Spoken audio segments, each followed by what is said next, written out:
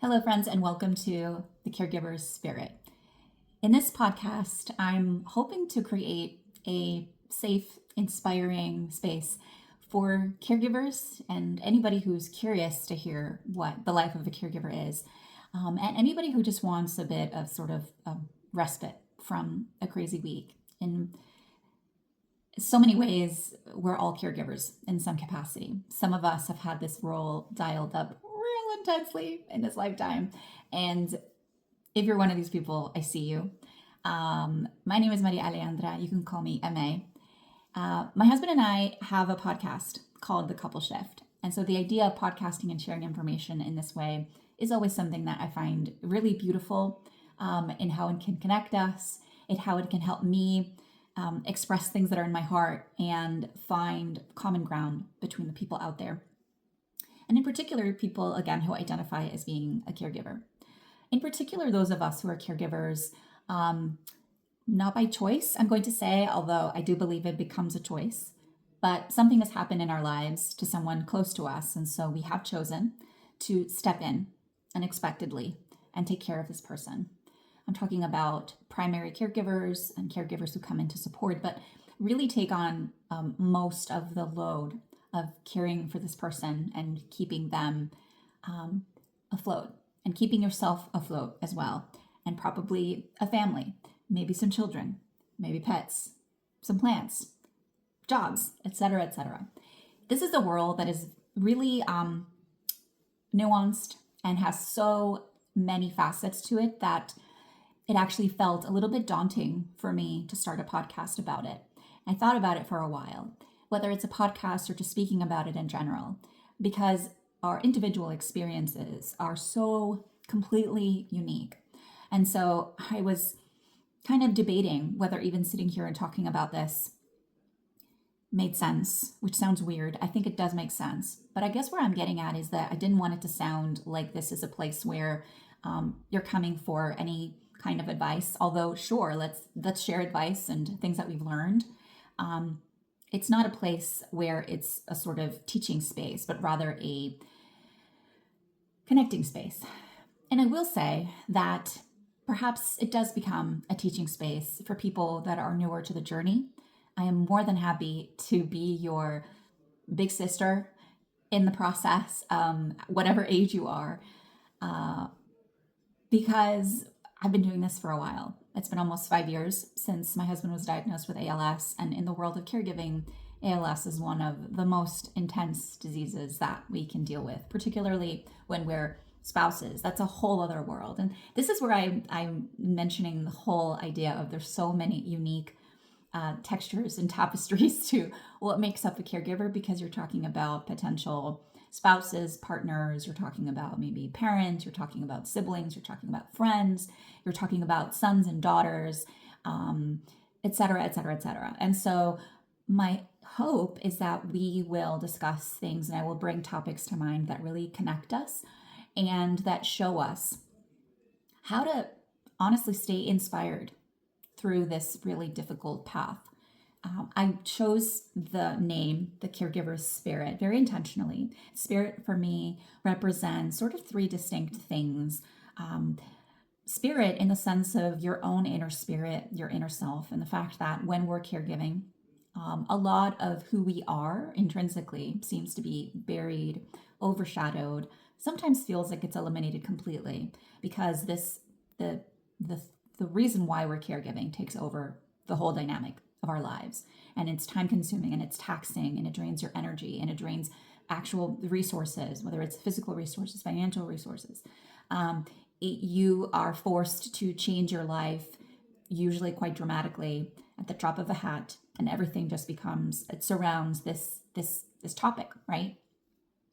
And so it's easy for us to lose sight of who we are. And my audacious quest here is, how do we not lose sight?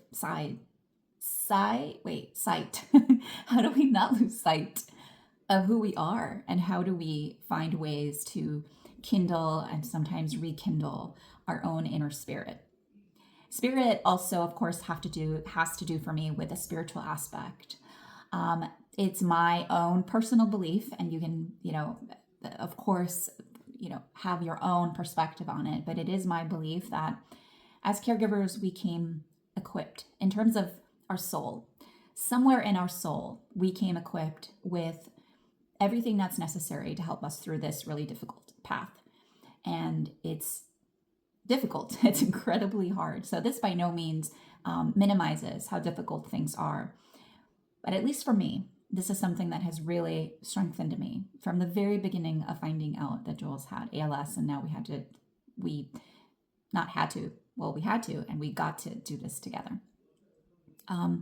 So spirit, definitely in the sense of the spiritual meaning that we give to things, the spiritual connections that we find, and whatever higher power or whatever belief, wherever you are on what you believe in, it's almost it's relevant and it's irrelevant because it's a very personal decision. And I do believe that can be a wonderful anchor. But more than even the spiritual belief in an external higher power, I think a lot of what really gets cultivated is the spiritual belief within yourself.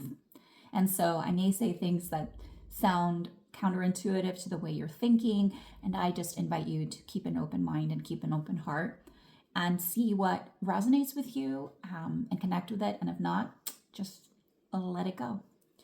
Spirit also, in a really joyful sense, has to do with bringing having spirit makes me think of livening up a room. It has to do with cheering on. It has to do with literally that phrase, lifting your spirits, lifting our spirits, that idea of that innate energy within us, that pep, whatever pep in our step we can cultivate. I'm going to invite us to do so. And part of the reason why I've been hesitating for a while to create this is because the idea of being a caregiver feels so all-consuming and so exhausting and so, in so many ways, incredibly sad. It's full of grief. It's full of sorrow. At least when it comes for those of us who are caring for somebody with ALS. ALS is a disease with no known cure. There is a very clear expiration date on that person's physical form.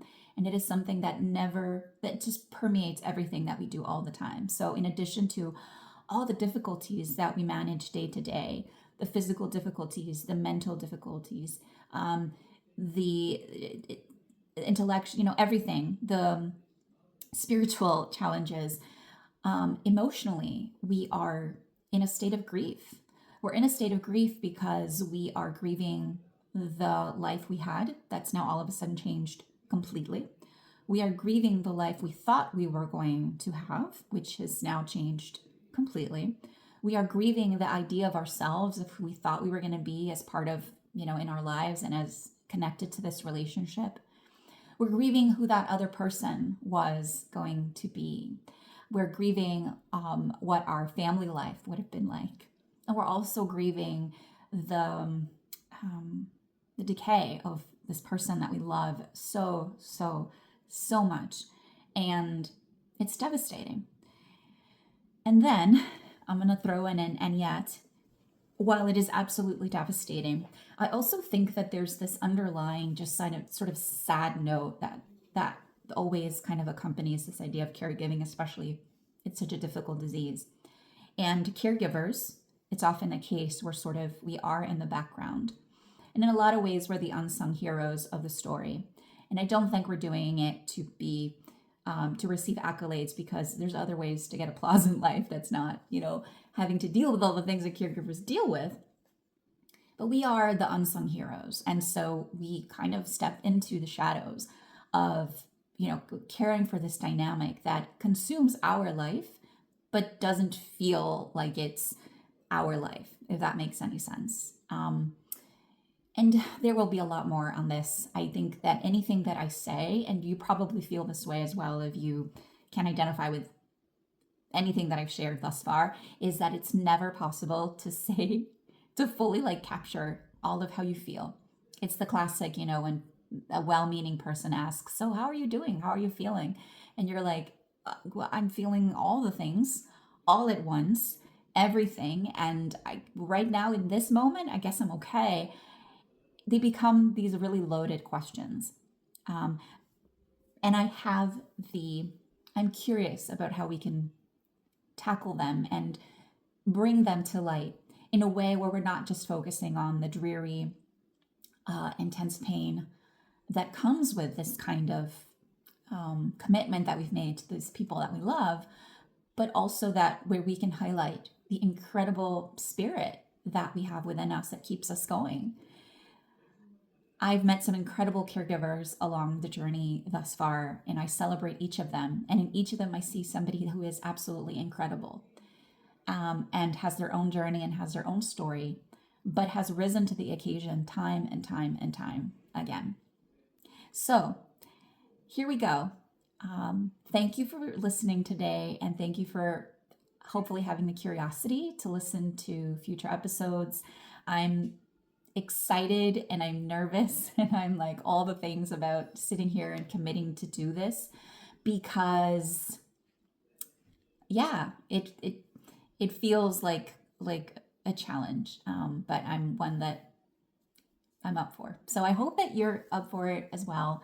And if there's anything that you can begin to think, I have lots of ideas of things to talk about, but if there's anything that you'd like to bring into conversation, I'd love to hear it. You can drop me a line on Instagram or send me an email. You'll find my email below.